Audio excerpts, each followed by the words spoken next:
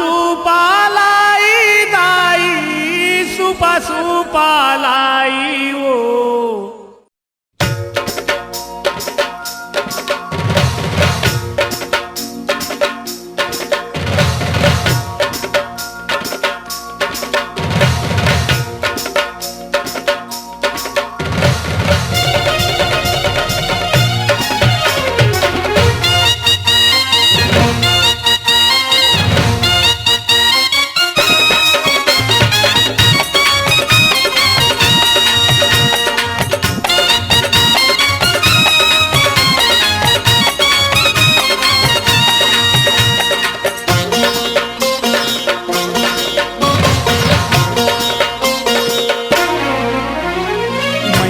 के चुनरी है लाल के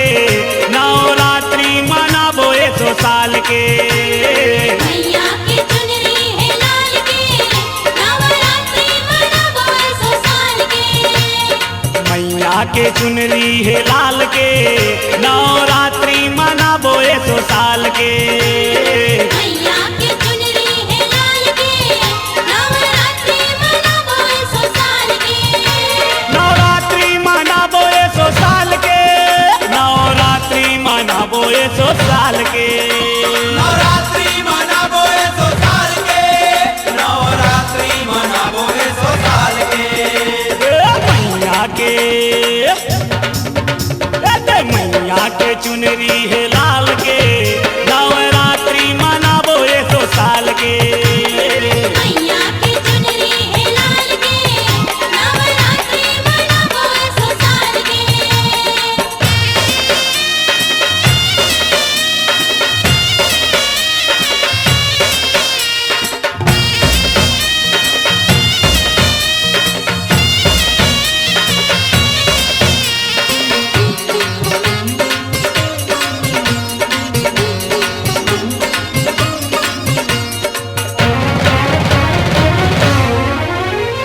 चुक चुक ले करे सिंगार दुर्गा मैया नवगढ़िया के पहिरे हार दुर्गा मैया नवगढ़िया के पहिरे हार दुर्गा मैया नवगढ़िया के पहिरे हार दुर्गा मैया चुक चुक ले करे सिंगार दुर्गा मैया नवगढ़िया के पहिरे हार दुर्गा मैया नवगढ़िया के पहिरे हार दुर्गा मैया नवगढ़िया के पहिरे हार दुर्गा मैया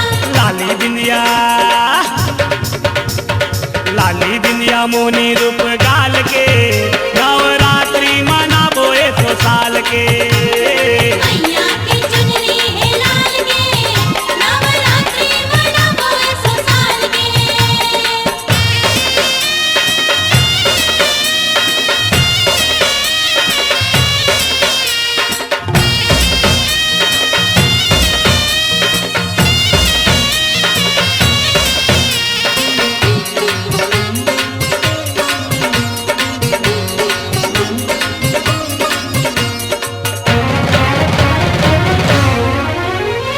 मैया के अंगना मा दिया ना जलाबो मैया के भुवना मा नाचबो गाबो मैया के भुवना मा नाचबो गाबो मैया के भुवना मा नाचबो गाबो मैया के अंगना मा दिया ना जलाबो मैया के भुवना मा नाचबो गाबो मैया के भुवना मा नाचबो गाबो मैया के भुवना मा नाचबो गाबो घूमरत है मानर दिन काल के नवरात्रि मनाबो 100 साल के मैया के चुनरी है लाल के नवरात्रि मनाबो 100 साल के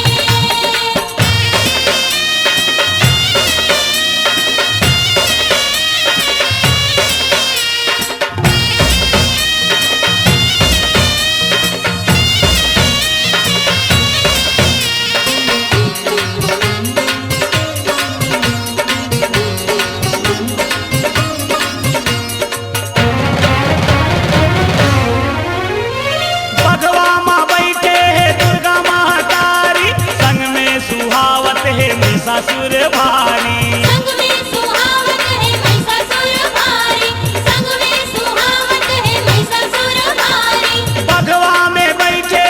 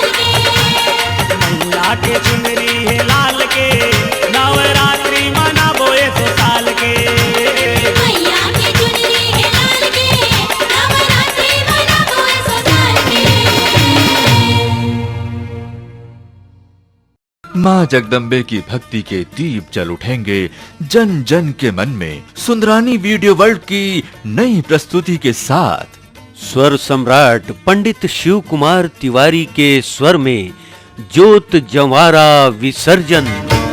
अब चलो विराजो माते सागर के धार। माता के भजनों का ऑडियो वीडियो एल्बम